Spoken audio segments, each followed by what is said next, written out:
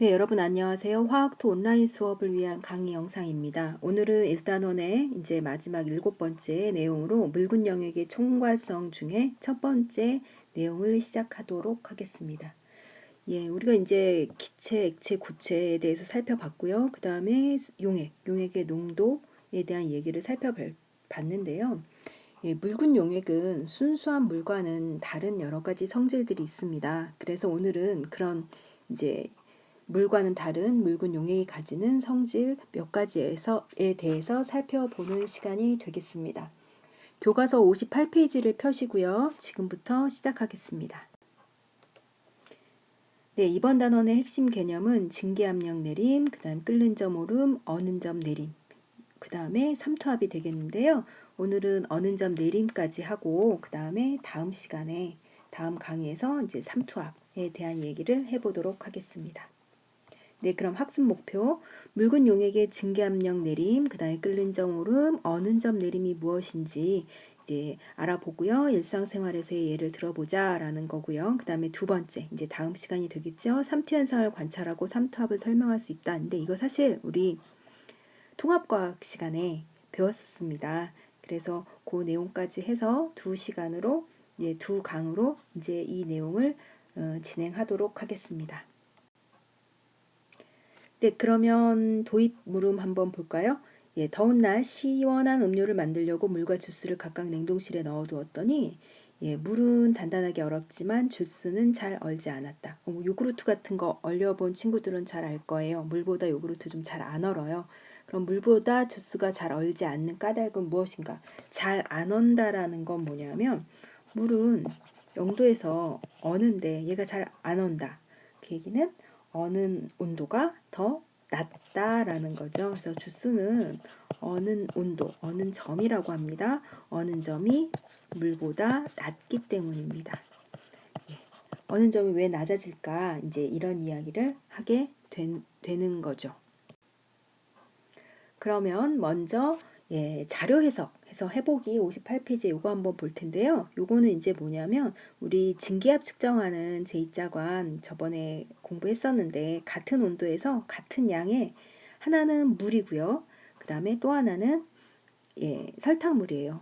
그런 다음에 일정한 이제 동적 평형 상태에 도달할 때까지 오랜 시간 뒀더니 물은 수온의 높이가 이렇게 차이가 나요. 그러니까 물의 증기압은 이만큼인데 설탕물의 증기압은 이렇게 돼요. 즉 증기압이 누가 더 커요? 물이 설탕물보다 더 큽니다. 즉 증기압의 차이가 나는 거예요. 같은 양이고 같은 온도인데도 불구하고 왜 그럴까? 한번 생각을 해보자라는 거죠. 어쨌든 간에 증기압이 차이가 난다라는 건 증발하는 양이 다르다라는 걸로 생각을 해볼 수 있겠죠. 그러니까 증기의 양이 다르기 때문에 증기압이 달라지는 거죠. 그러니까 그걸 정리해서 생각을 해본다면 물과 설탕물에서 수온 기둥의 높이가 이제 다른 까닭은 바로 증발에서 차이가 난다라는 거예요. 이제 얘가 물이고요. 그 다음에 얘가 설탕물인데 이제 물은 물 표면에 모든 분자들이 어쨌든 증발을 해요. 그런데 설탕물은 물 사이사이에 설탕이 껴있는 거예요. 그러니까 같은 표면적당 증발할 수 있는 양이 달라지겠죠. 그래서 설탕물 같은 경우는 설탕이 용해되어 있어서 표면에서 증발하는 물 분자 수가 이제 적다. 이렇게 생각을 해볼 수가 있습니다. 그렇다면 설탕물을 더 진하게 해요. 그럼 표면에 물 분자 수가 더 적겠죠.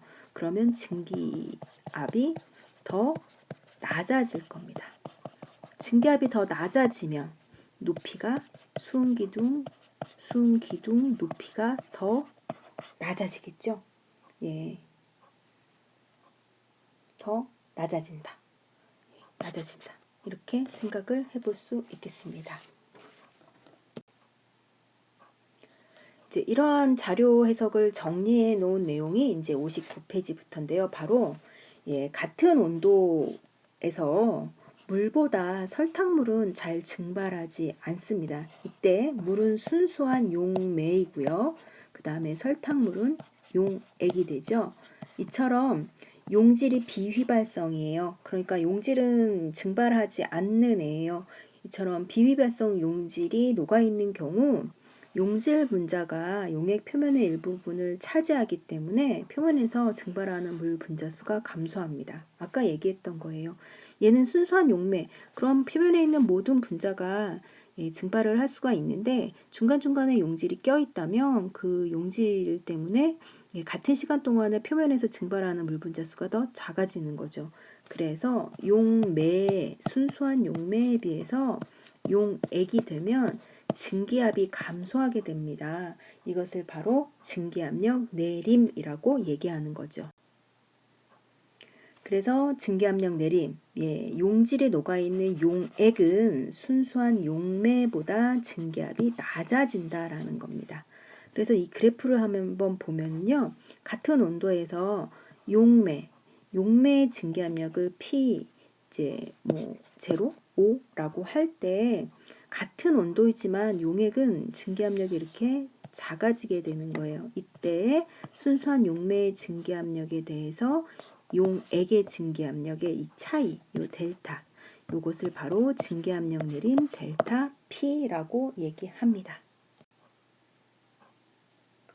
그리고 이제 라울이라고 하는 이제 과학자가 이러한 증기압력의 내림에 대해서 이제 좀 정리를 했는데요. 그걸 라울의 법칙이라고 하는데, 비휘발성 비전해질 용질이 녹아있는 용액의 증기압력은 용액의 증기압력입니다.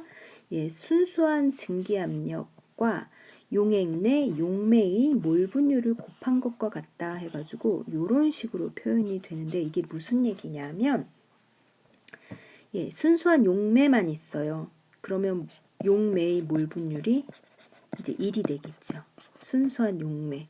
그런 경우에는 그 용매 자체의 증기 압력이 그냥 용액의 증기 압력이에요. 근데 예를 들어 용매의 몰 분율이 0.9고 그 다음에 용질의 몰 분율이 0.1이라고 치면 실제로 0.1만큼은 증발을 안 한다는 거예요. 그래서 0.9만 증발을 한다는 거예요. 그래서 순수한 용매의 증발보다 0.9밖에 증발이 안 된다라는 거죠. 그게 바로 용액의 증기 압력이 되는 겁니다. 그래서 이건 이렇게 좀 헷갈리는데요. 이건 뭐냐면 용액의 증기 압력은 용매에 의해서만 나타난다라고 생각을 하면 돼요. 그래서 용액의 증기압력은 누구에 의해서만? 용매에 의해서만. 그래서 용매의 몰 분율 곱하기 순수한 용매의 증기압력. 그러니까 순수한 용매의 증기압력이 이제 100인데 용매가 0.9면 90밖에 안 된다라는 거죠. 그 얘기를 하는 겁니다. 이러한 증기압력 내림의 또 다른 표현이 이제 뭐냐면 어떤 용액이 한 종류의 용질만을 포함하고 용질의 몰 분율이 X 용질이라면 이것을 라울의 법칙에 적용해서 증기압력 내림은 델타 P는 바로 순수한 용매의 몰 분율에 대해서 용질의 몰 분율하고 같다라는 겁니다. 우리 아까 이런 얘기 했었죠. 아까 순수한 용매의 증기압력이 100인데 용질이 용매가 0.9밖에 안 된다면 몰 분율이 그렇다면 그걸 곱해서 순수한 용액은 90이에요.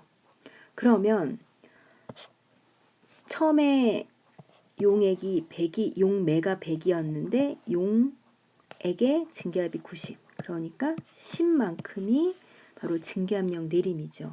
그럼 이 10은 바로 용질이 0.1, 몰 분율가 0.1이기 때문에 그 전체 100 중에 0.1만큼은 그러니까 증발을 되지 않기 때문에 증기압력 내림이 된다라는 겁니다. 그래서 즉 증기압력 내림은 누구 때문에? 용질이 증발을 하지 않기 때문에 나타나는 거다라고 이제 정리를 하면 되고요. 사실 요거는 뭐 식으로도 이제 요 위에 있는 애랑 요 아래에 있는 애랑 그러니까 식으로도 좀 정리를 이제 계산을 해서 나오는 값이기도 한데요. 그거예요. 우리 교과서의 59페이지에 나와 있는데 증기압력 내림은 순수한 용매의 증기압력에서 용액의 증기압력을 뺀 거죠. 그런데 용액의 증기압력은 우리 위에서 용매 곱하기 용매의 몰분율이라고 얘기를 했습니다. 그럼 여기서 용매를 묶어주면 1 빼기 x 용매가 될 것이고, 요거는 바로 용질의 몰분율이 되는 거죠.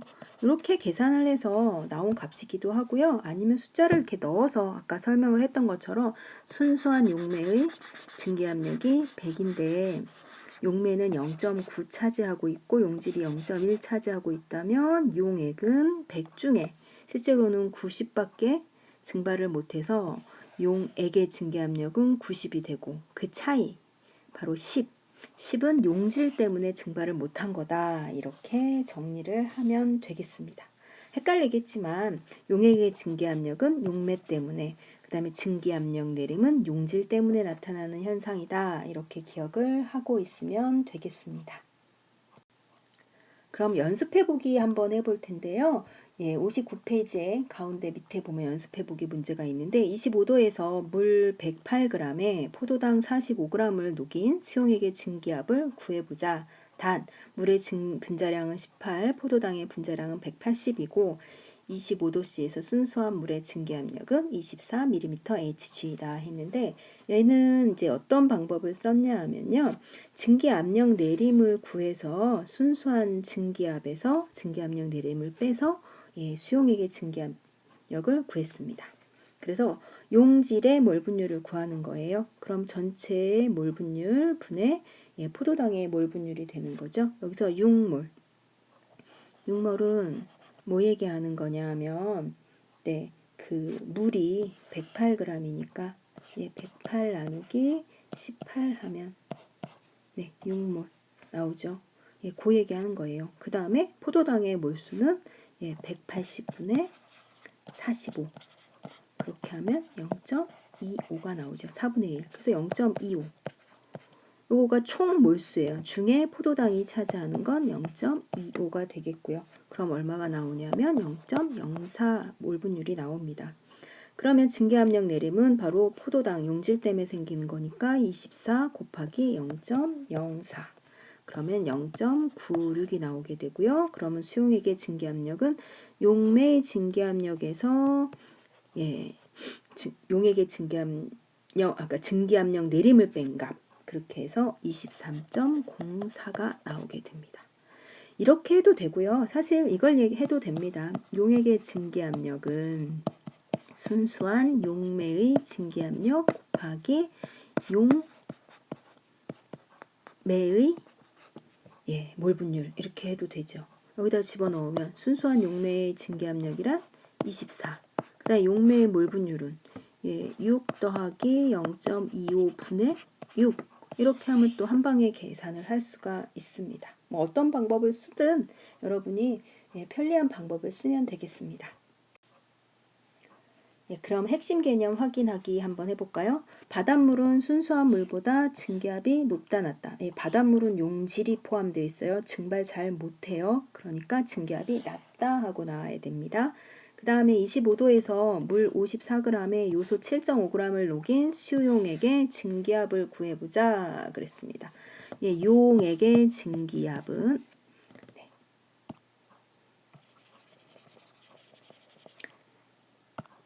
용액의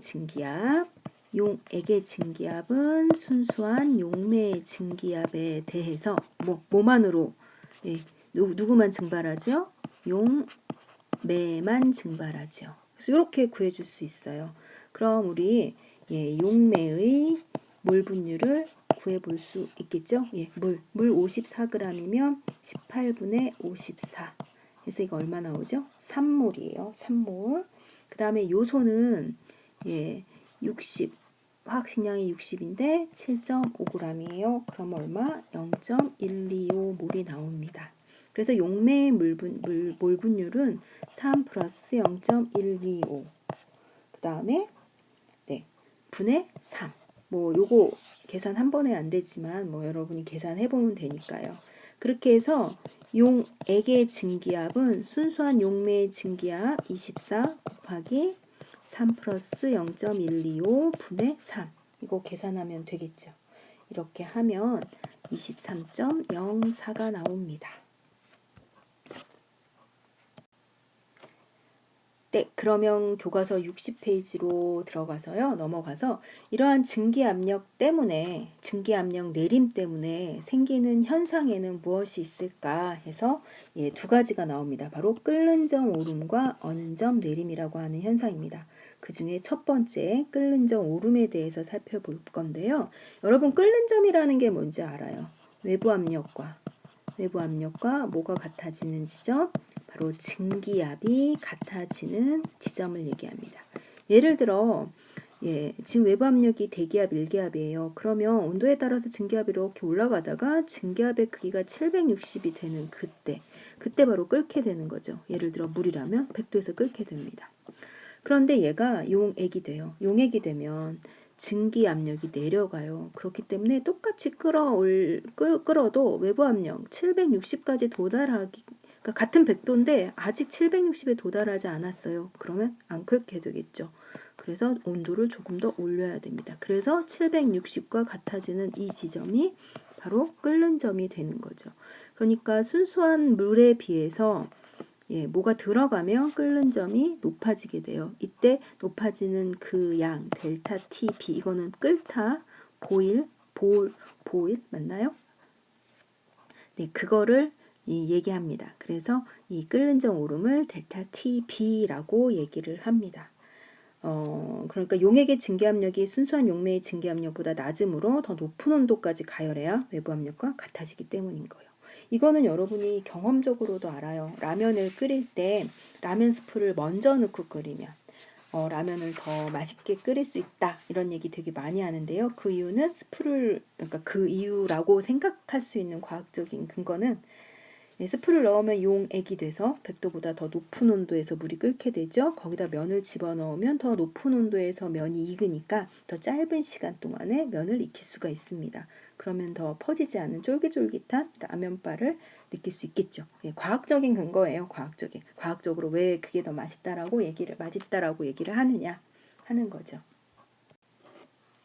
그래서 이제 끓는 점 오름이란 바로 용액의 끓는 점과 순수한 용매의 끓는 점 차이, 그것을 끓는 점 오름이라고 얘기를 하는데, 끓는 점 오름은 결국은 증기압력이 떨어지기 때문에 나타나는 현상이기 때문에 비위발성, 비전해질 용질이 녹아있는 용액의 끓는 점 오름은 바로 뭐에 비례하냐? 용액의 몰랄 농도에 비례한다라고 이제 과학자들이 알아내게 되었습니다. 몰랄 농도라는 게 용매의 질량분의 용질의 몰수니까요. 용질의 몰수가 얼마나 있느냐에 따라서 끓는 점이 많이 올라간다. 즉 증기압력이 많이 내려가기 때문에 끓는 점도 많이 올라간다라는 거예요. 그래서 이걸 식으로 한번 써보면 끓는 점 오름은 어디에 비례한다고요? 몰랄 농도에 비례한대요. 그럼 비례상수를 써볼 수가 있겠죠? 그래서 비례상수를 써서 표현을 하면 바로 끓는 점 오름은 몰랄 농도에 비례하고 요 비례상수 KB를 바로 몰랄 오름상수라고 얘기를 합니다. 몰랄 오름상수. 그러니까 올라가는데 얼마나 올라가느냐, 그 정도, 비례되는 정도, 올라가는 정도를 몰랄 오름상수라고 하는데, 몰랄 오름상수는 원래 농도가 1몰랄 농도인 용액의 끓는 점 오름을 얘기합니다. 그러니까 여기가 1이라면 얼마나 올라가느냐를 얘기하는데, 이거는 용매의 종류에 따라 달라지는 값이에요. 그러니까 용매를 물로 썼느냐, 혹은 뭐 식초로 썼느냐, 에탄올로 썼느냐에 따라 달라지는 값이고, 같은 용매라면 거기다 설탕을 녹이든 아니면 설탕을 녹이든 소금을 녹이든 상관없이 일정한 값을 가지게 됩니다. 그래서 우리 교과서에 지금 60페이지 옆에 쬐끄만 글씨로 상수값들이 나오는데요. 뭐 물은 0.51, 뭐 에탄올 1.22, 그다음 아세트산은 3.07, 벤젠은 2.53 이렇게 나오는데요. 이건 이제 용매가 어떤 거가 들어가느냐에 따라서 이렇게 끓는 점 오름의 정도가 달라진다라는 겁니다. 그럼 이런 끓는 점 오름을 이제 한번 실제로 계산을 해볼 텐데요. 60페이지에 연습해보기 문제 나옵니다. 예, 물 100g에 설탕 6.84g을 녹인 수용액에 1기압에서의 끓는 점을 한번 구해보자 라고 얘기했어요. 그럼 끓는 점을 구하려면 끓는 점 오름을 일단 알아야 돼요. 그래서 끓는 점 오름은 몰랄 농도에 비례한다 이렇게 했으니까 일단 먼저 몰랄 농도를 구해야 되겠죠. 몰랄 농도는 용매의 질량 분의 용질의 양입니다. 그럼 용매의 질량 물 100g이니까요. 물 100g이니까 얘 킬로그램으로 하면 0.1kg이 되겠죠. 그 다음에 용질의 양은 화학식량이 342니까 6.84 342분의 6.84 이렇게 해서 계산을 하면 바로 0.2 몰랄 농도가 됩니다. 그럼 여기다 집어넣는 거예요. 델타 T는 상수, 그리고 상수는 주어졌으니까요. 0.51 곱하기 0.2 이렇게 해서 계산을 하면 0.102가 나오게 됩니다. 그러니까 이만큼이 끓는 점이 올라가니까 100도에다가 0.102를 더하면 100.102도에서 끓는다 해서 끓는 점 오름을 알 수가 있는 거죠. 그 다음에 이제 두 번째 나오는 게 증기압력 내림 때문에 나오는 두 번째 현상이 바로 어는 점은 떨어진다라는 겁니다. 그러니까 끓는 점은 올라가는데 어는 점은 내려가요. 그러니까 더 안 어는 거예요. 그래서 비위발성 비전해질 용질이 녹아있는 용액의 어는 점은 더 낮아요. 그래서 그 차이, 원래의 어는 점과 낮아진 어는 점과의 차이를 그 델타 TF라고 하는데 뭐 F는 프리즈, 선생님 영어 선생님 아니니까 웃지 말고요. 얼다라는 프리즈를 써서 델타 TF라고 하고 이것도 역시 어는 점 내림은 몰랄 농도에 비례해요. 그러니까 델타 TF는 비례한다. 몰랄 농도. 그럼 비례상수 쓸 수 있겠죠. 그래서 KF 이걸 몰랄 내림 비례상수라고 하고 얘 역시 용매가 뭐냐에 따라서 달라지는 값입니다. 그래서 61페이지에 조그만 글씨로 뭐 물, 에탄올, 아세트산, 벤젠의 KF 값이 뭐 이렇게 쭉쭉쭉 나와 있는데요. 이것도 역시 용매에 따라 달라지고 용질은 뭘 썼느냐, 뭐 소금을 녹였느냐, 설탕을 녹였느냐, 뭐 요소를 녹였느냐, 포도당을 녹였느냐에 따라 달라지는 값은 아닙니다.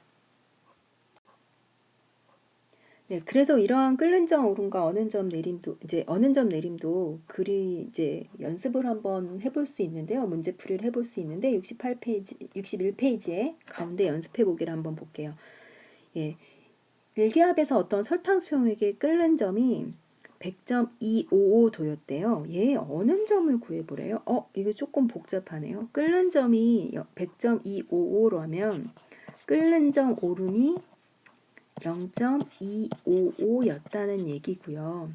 이 값은 KB 곱하기 몰랄 농도죠. 이때 KB는 0.51 값으로 우리 정해져 있는 값이에요.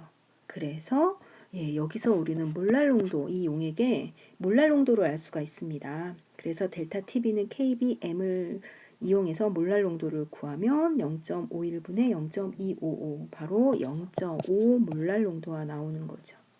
그런 다음에 이제 델타 TF는 KF 곱하기 몰랄 농도 해가지고 KF 값은 정해져 있고요. 1.86. 그 다음에 0.5 몰랄 농도 그럼 0.93이 되고요. 여기서 조심해야 돼요. 어느 점은 내려가니까 0도에서 0.93을 빼서 영하 0.93도 이렇게 해야 합니다.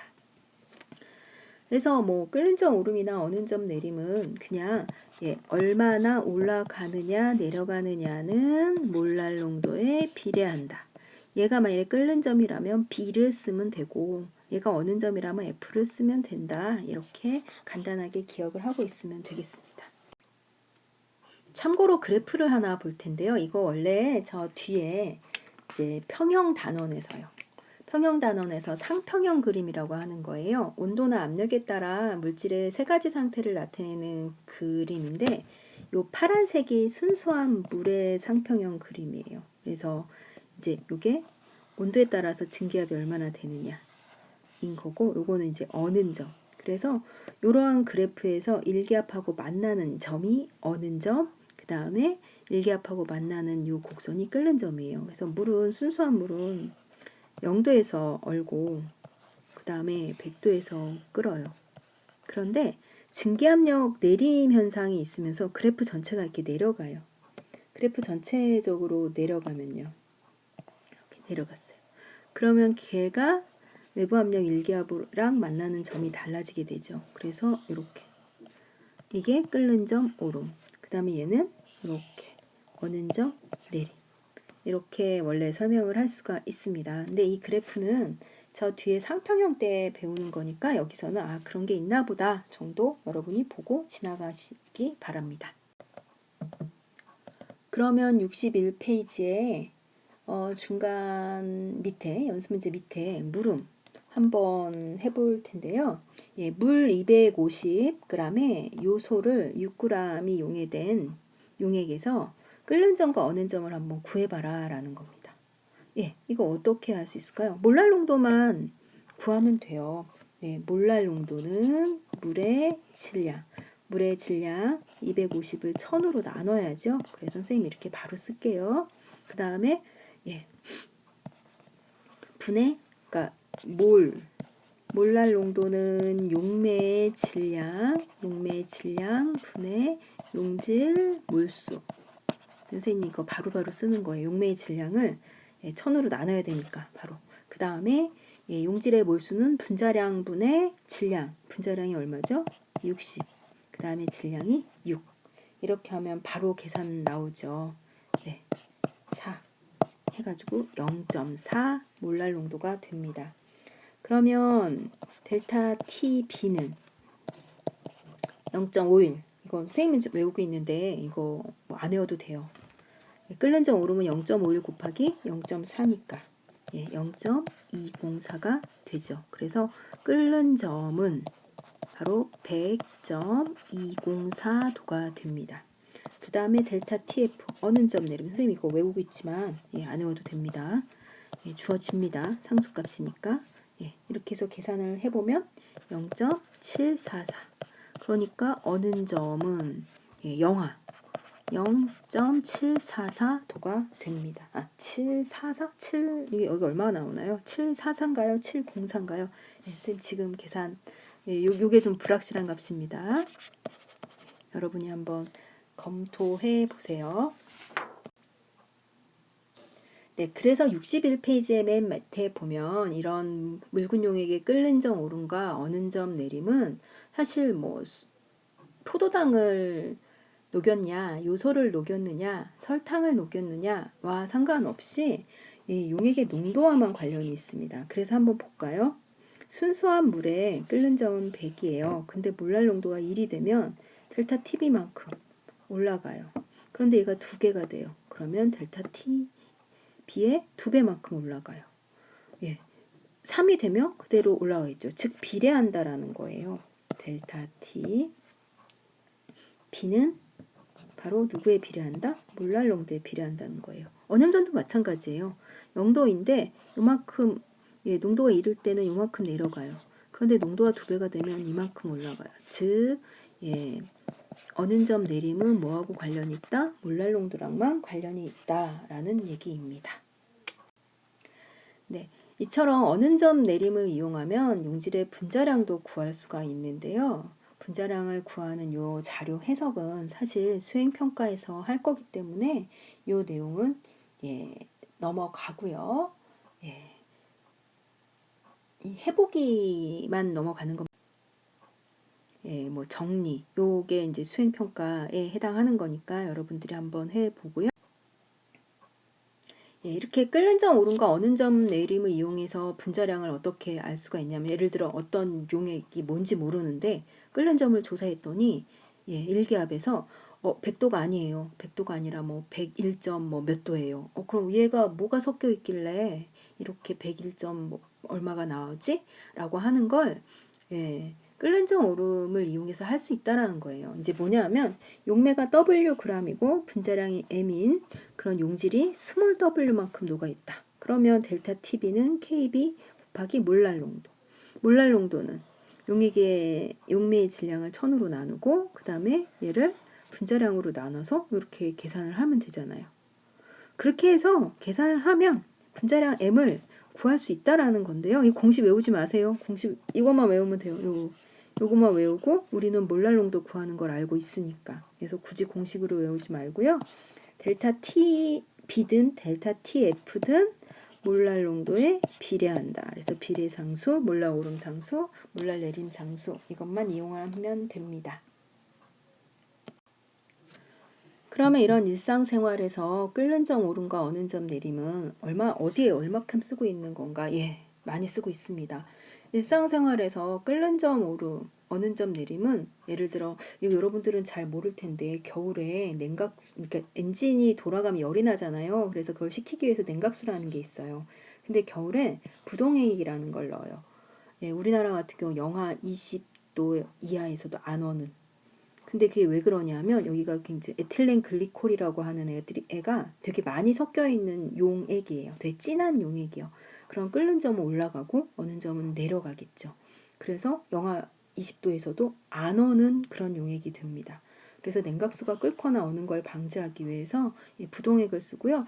우리나라보다 훨씬 추운 캐나다 같은 경우 영하 50도에서도 얼지 않는 그런 부동액을 사용한다고 합니다.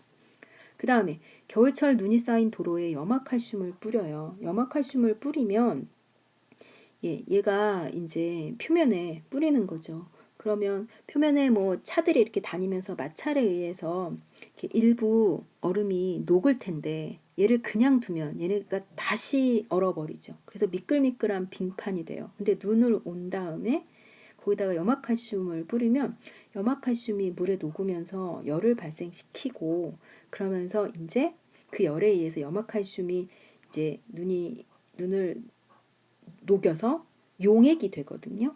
용액이 되니까 어는 점이 낮아지는 거예요. 그 염화칼슘 때문에. 어는 점이 낮아지니까 오늘 영하 3도야.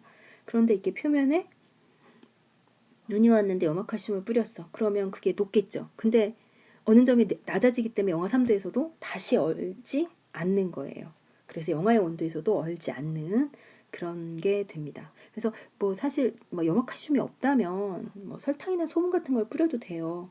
그런데 효과가 염화칼슘이 좀 더 좋아요. 소금도 되긴 하는데 소금 같은 경우에는 생태계에 영향을 되게 많이 줘요. 그래서 그런 건 뿌리지 않아야 되는 게 맞아요. 그 다음에 교과서 63페이지에 보면 정리해보기 해가지고 다음 현상을 어는 점 내림 이용해서 설명해봐라 하는데 개구리가 겨울잠을 잘 때 장기와 근육세포 속의 포도당 농도가 높아진대요. 농도가 높아진대요. 농도가 높아지면 증기압력 내림이 있어서 어는 점이 내려가죠. 그러니까 겨울잠을 잘 때 어는 점이 낮아져서 장기와 근육이 어는 것을 방지할 수 있게 되는 거죠. 어는 점 내림 현상으로 설명을 할 수 있는 현상입니다. 그 다음에 또 겨울에 간장떡을 밖에 내놓아도 간장이 얼어붙지 않는다. 사실 뭐 이런 거 집에 요즘 거의 없을 거라서 근데 겨울에 간장 굉장히 진한 용액이에요. 굉장히 진한 염도가 되게 높은 용액이니까 어는 점이 내려가겠죠. 그러니까 겨울에도 잘 얼지 않는 걸 볼 수가 있습니다. 이런 거가 바로 일상생활에서 끓는 점으로 어는 점 내림을 활용하는 예라고 할 수 있겠습니다. 그럼 마지막으로 63페이지의 핵심 개념 확인하기 문제를 통해서 내용을 정리하고 강의를 끝내도록 하겠습니다. 용액의 끓는 점 오름과 어는 점 내림은 모두 용액의 뭐에 비례한다. 바로 몰랄 농도에 비례한다. 이렇게 얘기할 수 있겠죠. 그 다음에 두 번째, 같은 양의 물에 물질 A와 B를 각각 같은 질량만큼 녹였대요. 같은 질량. 그랬더니 어는 점이 A의 어는 점이 B 수용액의 어는 점보다 높더래요. 어는 점이 A가 높대요. 그럼 이거 잘 조심해야 돼요. 어는 점 내림은 누가 큰 건가요? 예, 어는 점 내림은 B가 더 커요. 그럼 왜? 농도, 몰랄 농도가 어는 점 내림이 누가 더 커서 B가 더 크니까 몰랄 농도는 B가 더 큰 거죠. 그런데 같은 양의 물에 A, B를 같은 질량만큼 녹였대요. 근데 농도가 B가 크네요. 그럼 분자량은 같은 질량 녹였는데 B가 농도가 크다는 얘기는 분자량은 A와 B 중 A가 더 크다는 얘기죠. 예, 몰은 분자량분의 질량이잖아요. 질량. 근데 질량은 같대요. 그런데 농도가 B가 커요. 그럼 분자량이 더 작다는 얘기니까. 그래서 분자량은 A가 더 크다라고 얘기할 수 있겠습니다.